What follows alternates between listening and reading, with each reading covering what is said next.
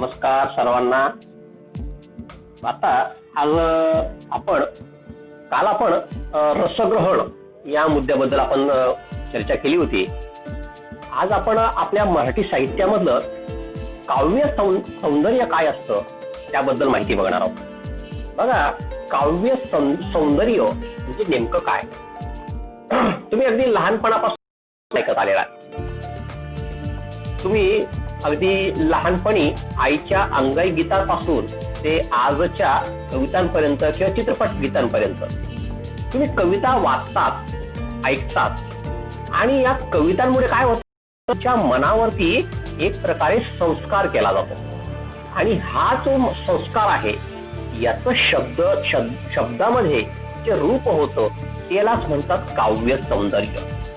बघा, एखादी कविता आहे, ती कविता त्या कवीने लिहिली, ती कविता लिहिण्यामागची त्याची काय संकल्पना आहे, काय मूळ कल्पना आहे, त्या कविता लिहिण्यामागे त्याची काय भावना आहे, त्या कविता लिहिण्यामध्ये त्याचा काय विचार आहे. त्याचबरोबर त्याने जी कविता लिहिली ती कविता सजावटीसाठी त्याने त्या कवितेची काही विशिष्ट अशी मांडणी केली का, त्या कवितेला अधिकाधिक शब्दरूप सुंदर देण्यासाठी त्याने त्या कवितेमध्ये काही शब्दालंकार वापरले आहेत का, त्या कवितेला तालबद्ध करण्यासाठी त्याने त्या कवितेमध्ये काही वृत्त अवलंबले आहेत काय. या सगळ्या गोष्टींमुळे म्हणजे कवीने आपल्याला ज्या या गोष्टी सांगितल्या, कविता आपल्या समोर मांडली आहे, या सगळ्या गोष्टींमुळे आपल्या मनावरती जो परिणाम होतो, जो संस्कार होतो त्यालाच म्हणायचं काव्य सौंदर्य. मग आपण काय करतो, ती कविता वाचतो आणि त्यावरून आठवणारी आपल्या क्षेत्रातील साम्यस्थळे आपण शोधतो आणि हा सगळा एकूणच परिणाम आपल्या मनावरती होतो आणि म्हणून याला म्हणायचं त्या कवितेचं काव्य सौंदर्य. मग आता हे काही कविता तुम्ही ऐकली, तुम्हाला ती आवडली किंवा ती कविता तुम्हाला आवडली नाही, हे सुद्धा समर्पक शब्दामध्ये मांडणं म्हणजेच आपण ती कविता, त्या कवितेमधलं जे काव्य सौंदर्य आहे ते आपण जाणलं, ते आपण समजून घेतलं असा त्याचा अर्थ होतो. ते जे काव्य सौंदर्य म्हणजे काय, त्या कवितेमध्ये कोणता विचार आहे, त्या संकल्पात कोणती मूळ संकल्पना आहे, ती कविता अधिकाधिक सुंदर करण्यासाठी, अधिकाधिक लोकांपर्यंत पोहोचवण्यासाठी, लोकांच्या मनावरती परिणाम करण्यासाठी कवीने कोणते शब्दालंकार वापरले आहेत, त्याचबरोबर कवीने कोणती वृत्त वापरले आहेत,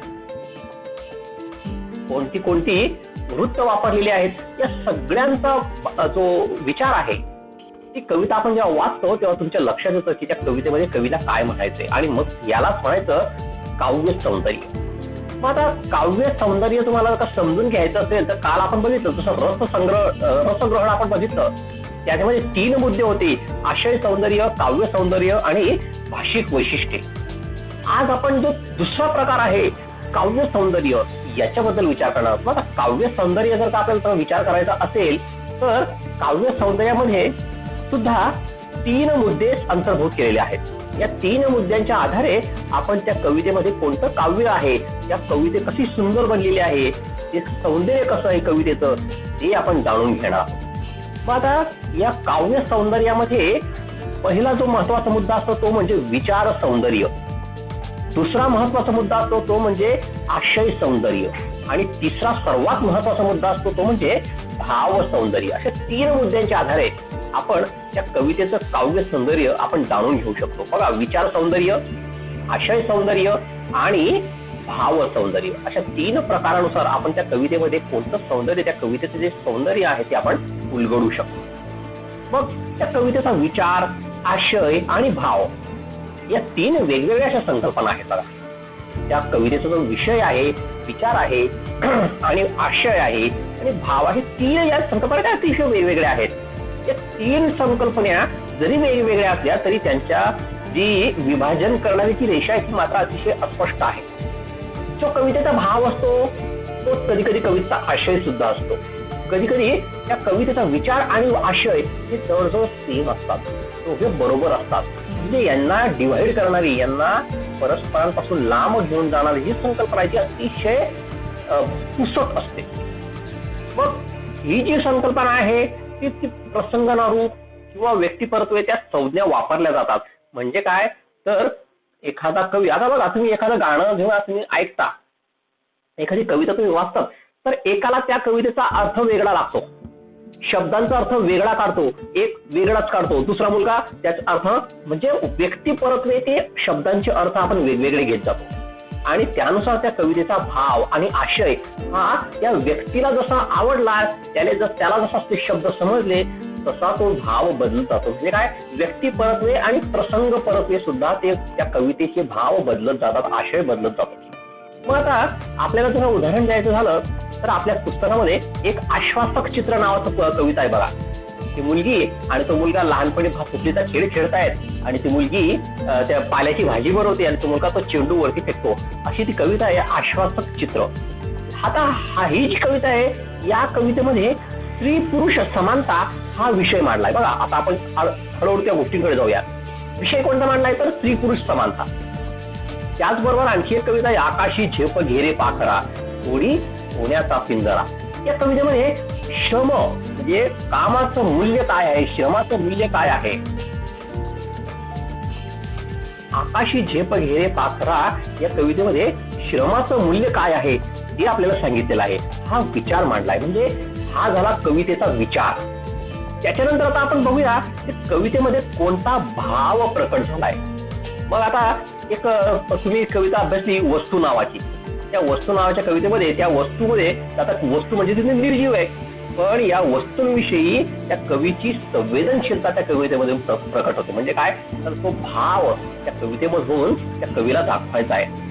म्हणजे तुमच्या लक्षात येईल की कवितेचा विषय, आशय आणि कवितेत मांडलेला विचार, त्याचबरोबर कवितेमध्ये मूल्य, त्याचबरोबर दिलेला संदेश आणि त्या कवितेच्या भावभावना, या सर्वांचा जो एकत्रित जो प्रभाव आहे तो तुम्हाला त्या काव्य सौंदर्यामधून व्यक्त करता येतो. मग आता काव्य सौंदर्याचा अभ्यास आता आपल्याला करायचा आहे, तर त्याच्यासाठी आपल्याला या 3 मुद्द्यांचा, म्हणजे मी काय कोणकोणते राहिले, अर्थ सौंदर्य, विचार सौंदर्य आणि भाव सौंदर्य, या 3 मुद्द्यांचा आपल्याला विचार करावा लागेल.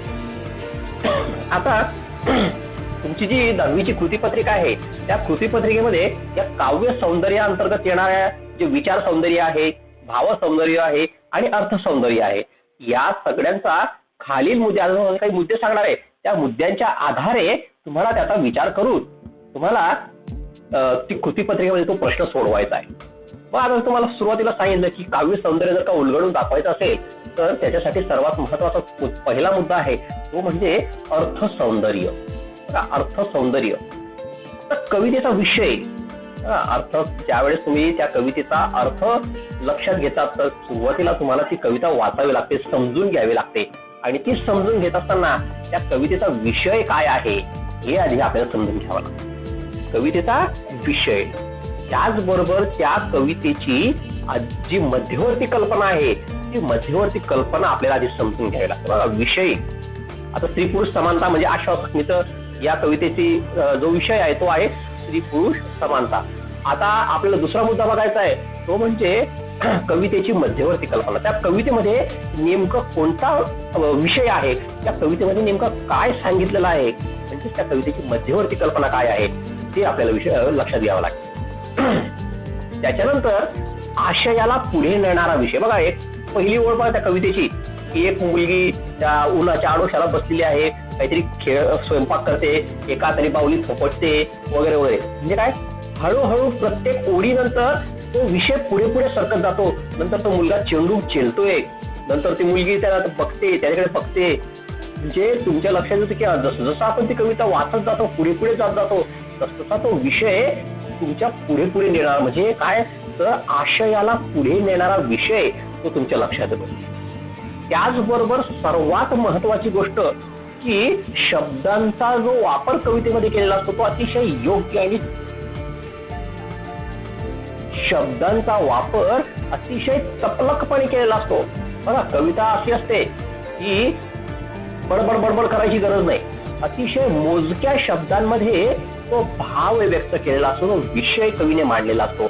म्हणून कविता लिहित असताना कवी काय करतो, त्या शब्दांचा जो वापर आहे तो अतिशय जपून करतो, अतिशय चपलक, त्या ठिकाणीच ते शब्द बसतील अशा प्रकारचे शब्द त्या कवितेमध्ये जो वापरतो. म्हणजे शब्दांना सुद्धा फार महत्व आहे. म्हणजे आलं तुमचं शब्द अलंकार. त्याच्यानंतर पुढचा टप्पा येतो तो म्हणजे अर्थछटा. शब्द तर वापरले, पण त्या शब्दांचा अर्थ काय निघतोय ते सुद्धा महत्वाचे. म्हणजे शब्दांचा वापर करत असताना त्या शब्दापासून किती अर्थ निर्माण होऊ शकतात याचा सुद्धा कवीला विचार करावा लागतो. म्हणजे काय तर त्या शब्दाच्या माध्यमातून अर्थछटा कोणती उत्पन्न होऊ शकते, कोणती लक्षात येऊ शकते, हा सुद्धा विचार कवीला करावा लागतो. म्हणजे शब्दांचा वापर आणि त्याच्यानंतर म्हणजे शब्दांचा वापरानंतर अर्थछटा आणि नंतर अलंकार. बघा, अलंकारातून जेव्हा आपण बोलतो त्यावेळेस बोलताना आपल्याला खूप छान वाटतं, ऐकताना खूप छान वाटतं. अलंकाराचा वापर केल्यानंतर भाषेचं सौंदर्य वाढतं. म्हणजे काय तर कवितेमध्ये कवितेचं सौंदर्य वाढवण्यासाठी मग आपण काय केलं, अलंकाराचा वापर सुरू केला. बघा, असं म्हणतात, असं आपण मी एक वाक्य म्हणतो फक्त की तुझं तोंड सुंदर आहे. आता हेच वाक्य जेव्हा मी अलंकारिक दृष्ट्या म्हणतो की तुझं मुख कमल चंद्रकमलासारखं आहे. बघा, तुझं मुख कमल चंद्रकमलासारखं आहे. म्हणजे तुझा चेहरा चंद्राचा चंद्र जसा कमळामध्ये उमलतो तसं तुझा चेहरा. म्हणजे अलंकारिक भाषा वापरली की ते वाक्याला सौंदर्य प्राप्त होतं. तसंच कवितेमध्ये सुद्धा तसंच आहे. कवितेमध्ये या या अर्थ जर का तुम्हाला वापरायचा असेल, अर्थ जर का तुम्हाला फुलवायचा असेल तर तुम्हाला तिथं अलंकाराचा वापर करावा लागतो. अशा प्रकारे या कवितेचा जो अर्थसौंदर्य आहे, हा अर्थसौंदर्याचा मुद्दा आपल्याला सांगता येईल. कवितेचा विषय, कवितेची जी मध्यवर्ती कल्पना आहे ती, त्याचबरोबर कवितेचा आशय पुढे नेणारा विचार, त्याचबरोबर शब्दांचा योग्य वापर, त्याचबरोबर त्या शब्दांचा जी अर्थछटा आहे ती, आणि त्या शब्दांना त्या कवितेला सौंदर्य प्राप्त करून देण्यासाठी अलंकार, अशा अर्थ सौंदर्यामध्ये हे टप्पे तुम्हाला सांगता येतील. त्याच्यानंतर आपण दुसरा मुद्दा बघूया, त्याचं नाव आहे विचार सौंदर्य. आता हा थोडासा टफ विचार आहे. आता हा विषय अतिशय टफ आहे. बघा, विचार सौंदर्य. कवी ज्यावेळेस एखादी कविता लिहितो तर त्या कविता लिहिण्यामागे त्याचा काय विचार आहे तो आपल्याला सांगत असतो. म्हणजे काय तर त्या कवितेतून कोणता विचार व्यक्त होतोय हे आपल्याला आधी समजून घ्यायचं असतं. कधी हा जो विचार असतो तो सर्वसमावेशक असतो. म्हणजे तो कवी असे एखादा विषय मांडतो की तो सर्वांना लागू पडतो. बघा, देशभक्तीपर विषय असेल तर तो सगळ्यांना लागू पडतो. पण कधी कधी हा जो विषय असतो हा नेहमीपेक्षा वेगळा असतो.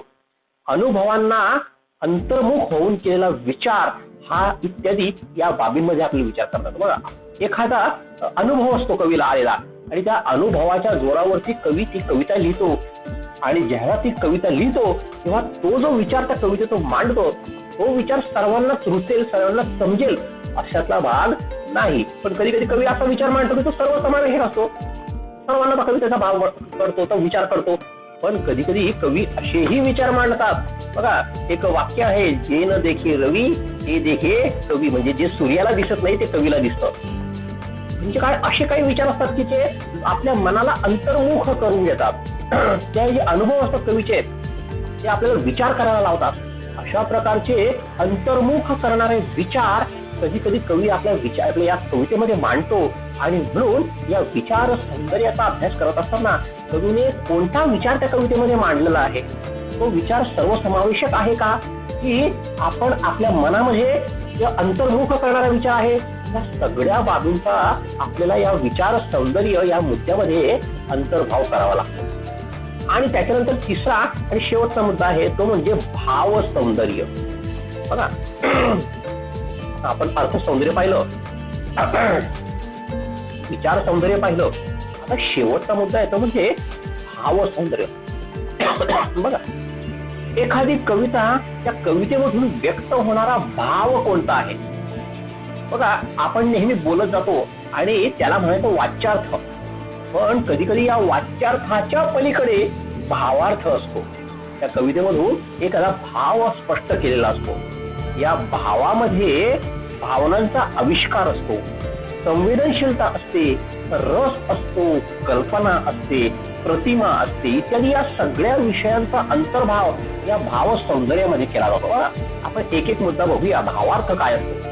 बघा, तुम्ही वस्तू कविता आपण अभ्यासली आहे, किंवा आकाशी झेप येणे पाचला, या कवितेचा भाव काय आहे की श्रम केल्याने माणूस लहान होत नाही, श्रमाचं महत्व आपल्याला कवितेतून सांगितलेलं आहे. म्हणजे याचा भावार्थ तोच आला की आपण मेहनत केली पाहिजे, आपण कष्ट केले पाहिजे. कष्ट केल्याने, मेहनत केल्याने आपल्या जीवनाची उन्नती होते, हा त्याचा भावार्थ आहे. त्याचबरोबर त्या कवितेमध्ये भावनांचा आविष्कार केलेला आहे. बघा, जी भावना आहे, जो तरुण आहे त्या कवितेतला, तो आळशी झालेला आहे. त्याला सगळी सुख आपोआप मिळालेली आहेत आणि त्याच्यामुळे त्याला ते श्रम करण्याची गरज पडत नाही आणि त्याच्यामुळे तो शिथिल झालेला आहे. म्हणजे काय, कवीने त्या कवितेमध्ये बघा त्यांनी शब्द रचना अशी केली आहे की तुला सगळं काही आयतं मिळालं, पेरूची फोड, मोत्याचे दाणे तुला आयते मिळतायत. काय, तर या भावनांचा आविष्कार या कवितेमधून कवीने केलेला आहे. त्याचबरोबर संवेदनशीलता. बघा, कवी ज्यावेळेस एखादी कविता लिहितो त्यावेळेस त्याचं मन जे आहे ते अतिशय संवेदनशील असतं. अतिशय बारीक बारीक गोष्टीने सुद्धा त्याच्या मनाला वेदना होतात. म्हणजे काय, संवेदनशीलता त्याच्या मनामध्ये असते आणि तीच संवेदनशीलता त्या भाव सौंदर्याच्या माध्यमातून तो कवितेतून कवी आपला मांडत असतो. त्याचबरोबर रस. बघा, आपण 9 रस अभ्यासले आहात, त्या कोणता रस त्या कवितेमध्ये आवश्यक आहे त्याचा विचार त्याला करावा लागतो. त्याचबरोबर कल्पना. आता एखादी कल्पना त्याला मांडायची, कवितेचा जो भाव आहे तो भाव त्याला तिथं मांडायचा आहे. मग त्याला ती एखादी कल्पना योजून त्याला तिथं ती मांडायची आहे. बघा, आकाशी झेपेमध्ये एक पोपटाची कल्पना आहे, ती पोपट त्या पिंजऱ्यामध्ये बसलेला आहे, पण खरं तर एका पोपटाचे वर्णन आहे का, नाही तर एका पेरूचा एका सुखलुलूप झालेली त्याची काय म्हणजे काय, सुखासीन तेकडे आळशी तरुणाचं चित्रण केलेलं आहे. म्हणजे कल्पना काय मांडायची आहे ते आपल्या लक्षात येतं. त्याचबरोबर प्रतिमा. बघा, त्या कवितेमध्ये पोपटाचा प्रतिमा वापरली, पण खरं वर्णन त्या तरुणाचं आहे, जो त्याच्याकडे भरपूर पैसा आहे तर मेहनत करण्याची गरज नाही. प्रतिमा वापरली आहे पोपटाची आणि वर्णन केलं आहे तरुणाचं. म्हणजे काय, ती जी कल्पना आणि प्रतिमा या 2 वेगवेगळ्या गोष्टी कवितेमध्ये कवीने अतिशय संवेदनशील रीतीने मांडलेल्या आहेत. म्हणजे आपल्या लक्षात येतं की भाव सौंदर्यामध्ये आपल्याला त्या कवितेतून व्यक्त होणारा भाव, वाच्यार्थाच्या पलीकडे जाऊन जो कवितेचा भावार्थ आहे तो, त्याचबरोबर भावनांचा आविष्कार, त्याचबरोबर संवेदनशीलता, रस, कल्पना आणि प्रतिमा या सगळ्या गोष्टींचा एकत्रित विचार तुम्हाला या भाव सौंदर्यामध्ये तुम्हाला लिहायचा आहे. म्हणजे काय, अर्थ सौंदर्य, विचार सौंदर्य आणि भाव सौंदर्य या 3 मुद्द्यांच्या आधारे तुम्हाला एखाद्या कवितेचं काव्य सौंदर्य उलगडून दाखवायचंय. अतिशय सोपं आहे. तुम्ही जर असे 3 टप्पे केले की अर्थ सौंदर्यामध्ये कोणकोणते विषय दिलेले आहेत, विचार सौंदर्यामध्ये कोणकोणते विषय दिलेले आहेत आणि भाव सौंदर्यामध्ये या कवितेमध्ये कोणते विषय आहेत, असे तुम्ही 3 टॉपिक लिहिले म्हणजे तुमचा हा प्रश्न क्लिअर झाला.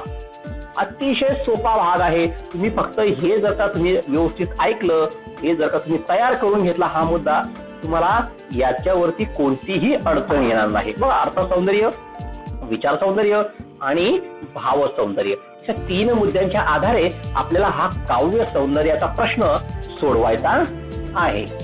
आता हे आपण करत असताना आणखी एक तुम्हाला मी एक आपल्या मराठी भाषेची एक गंमत सांगतो की बघा काय असतं, आपली मराठी भाषा कशी आहे. मराठी भाषा कशी, बघा, भाषा सौंदर्य काय भानगड असते. जसे आपण काव्य सौंदर्य बघितलं ना, तसं भाषा सौंदर्य सुद्धा एक प्रकार आहे. आता मराठी भाषा ही इतकी जबरदस्त भाषा आहे की या भाषेमध्ये एकाच शब्दाचा वापर आपण अनेक अर्थांनी करू शकतो. बघा, एकच शब्द आहे पण त्याचा वापर आपण अनेक अर्थांनी करू शकतो. आता मी तुम्हाला सांगतो, एक शब्द देतो मी. बघा, शब्दाचं नाव आहे वाट. कोणता शब्द आहे, वाट. आता या वाट शब्दाचा कुठे कुठे कसा कसा अर्थ वेगवेगळा लागत जातो तुमच्या लक्षात येईल. मी एक पॅरेग्राफ वाचतो, ते तुमच्या लक्षात येईल की बघा, एक पॅरेग्राफ वाचतो. नमस्कार, तू वाट दाखवणार, तू वाट दाखवणार म्हणून काल तुझ्या पत्राची वाट पाहत होतो. त्या वाटेनं पत्र आलंच नाही. नेहमी त्या वाटेवरून धावणारे पोस्टमन दादाची सायकलही त्या दिवशी धावली नाही. शेवटी सगळा दिवस वाट पाहण्यात गेला. शेवटी सगळा दिवस वाट पाहण्यात गेला. साऱ्या दिवसाचीच वाट लागली आणि मी माझ्या घराच्या वाटेनं माघारी फिरलो. मनात आले आपण पत्राचीच वाट पाहत होतो, आता कशाचीच वाट पाहू नये, कारण आपणच आपली वाट निर्माण करावी, जी वाट नवनिर्मितीची ठरेल. बघा, वाट वाट वाट, पण प्रत्येक वाक्यामध्ये वाट हा शब्द वेगळ्या अर्थाने आलेला आहे. मग आता ह्यालाच म्हणायचं भाषिक सौंदर्य किंवा भाषिक सामर्थ्य. शब्द एकच आहे, पण त्याचा जो वापर आहे तो वापर तुम्ही वेगवेगळ्या अर्थाने केलेला आहे. म्हणून हे आपल्या मराठीचं भाषा सौंदर्य आहे. भाषा सौंदर्य आणि काव्य सौंदर्य हे वेगवेगळे प्रकार, पण मी जर तुम्हाला एक सांगण्यासाठी हा भाषा सौंदर्याचा टॉपिक तुम्हाला लक्षात आणून दिला की वाट या शब्दाचा किती वेगवेगळ्या प्रकारे अर्थ आपण लावू शकतो. पण आता याच्यानंतर आपण आज आपल्या काव्य सौंदर्याचा जो मुद्दा आहे तो एकदा रफ रीतीने बघूया, जेणेकरून तुमच्या तो पुन्हा एकदा पक्का होईल. बघा, लहानपणापासून आपण कविता ऐकतोय, वाचतोय. या कविता वाचल्यानंतर, त्या कविता ऐकल्यानंतर आपल्या मनामध्ये, या कविता वाचल्यानंतर ऐकल्यानंतर आपल्या मनामध्ये जी शब्दात्मक रूप तयार होतं, म्हणजे काय, तर त्या कवितेमध्ये कवीची जी मूळ संकल्पना आहे, भावना आहे, विचार आहे, त्याचबरोबर त्या कवितेला सजावट करण्यासाठी कोणकोणत्या प्रकारचे अलंकार वापरले आहेत, शब्दालंकार कोणते वापरले आहेत, त्याचबरोबर त्या कवितेला तालबद्ध करण्यासाठी कोणती वृत्त वापरली आहेत का, या सगळ्यांच्या विचार, जो परिणामकारक विचार असतो त्यालाच म्हणायचं काव्य सौंदर्य. काव्य सौंदर्यामध्ये तुम्हाला सांगितलं मी की विचार सौंदर्य, आशय सौंदर्य आणि भाव सौंदर्य असे 3 मुद्दे येतात. या 3 मुद्द्यांच्या आधारे आपल्याला कृतीपत्रिकेमध्ये हा प्रश्न सोडवायचा आहे. मग आता याच्यामध्ये विचार सौंदर्य, आशय आणि भाव या जरी 3 वेगवेगळ्या संकल्पना असल्या तरी त्या एकमेकांमध्ये मिसळून जातात कधी कधी, का की प्रसंगानुरूप किंवा व्यक्तिरूप त्या संकल्पना बदलत जातात.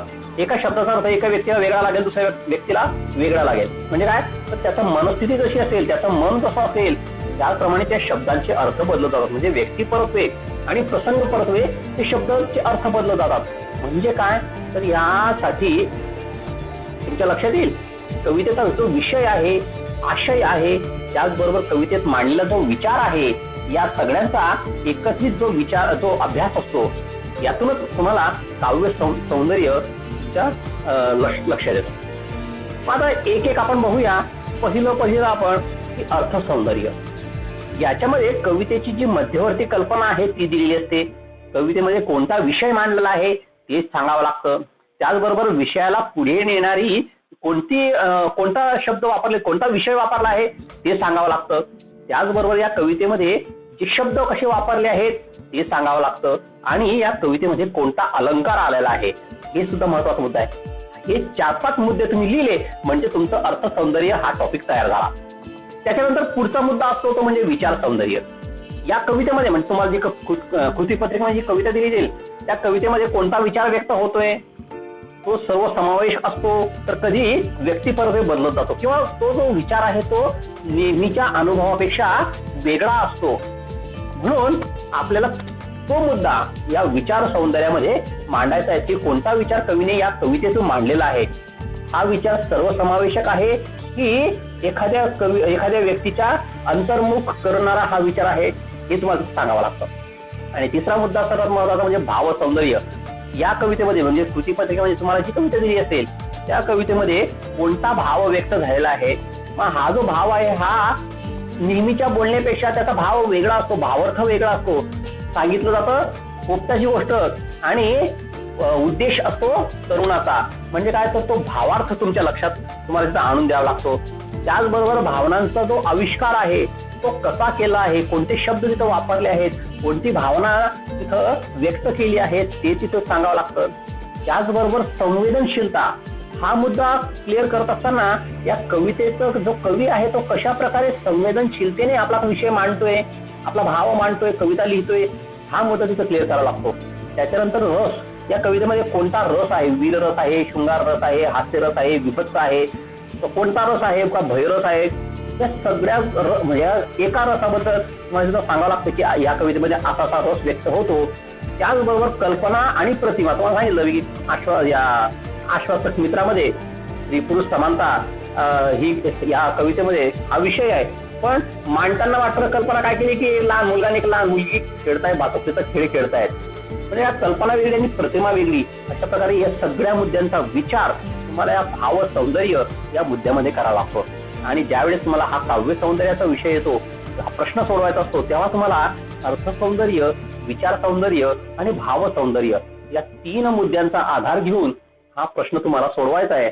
अशा प्रकारे आज आपण मराठीचा काव्य सौंदर्य हा मुद्दा आपण आज बघितलेला आहे. आणि या मुद्द्याच्या आधारे तुमच्या जर काही शंका असतील तर त्या तुम्ही मला विचारा, आणि तुमच्या शंकांचं नेहमीच मी निरसन करेन, त्याबद्दल वादच नाही. तर आज आपण हा जो विषय बघितला काव्य सौंदर्य, हा तुम्हाला समजला असेलच.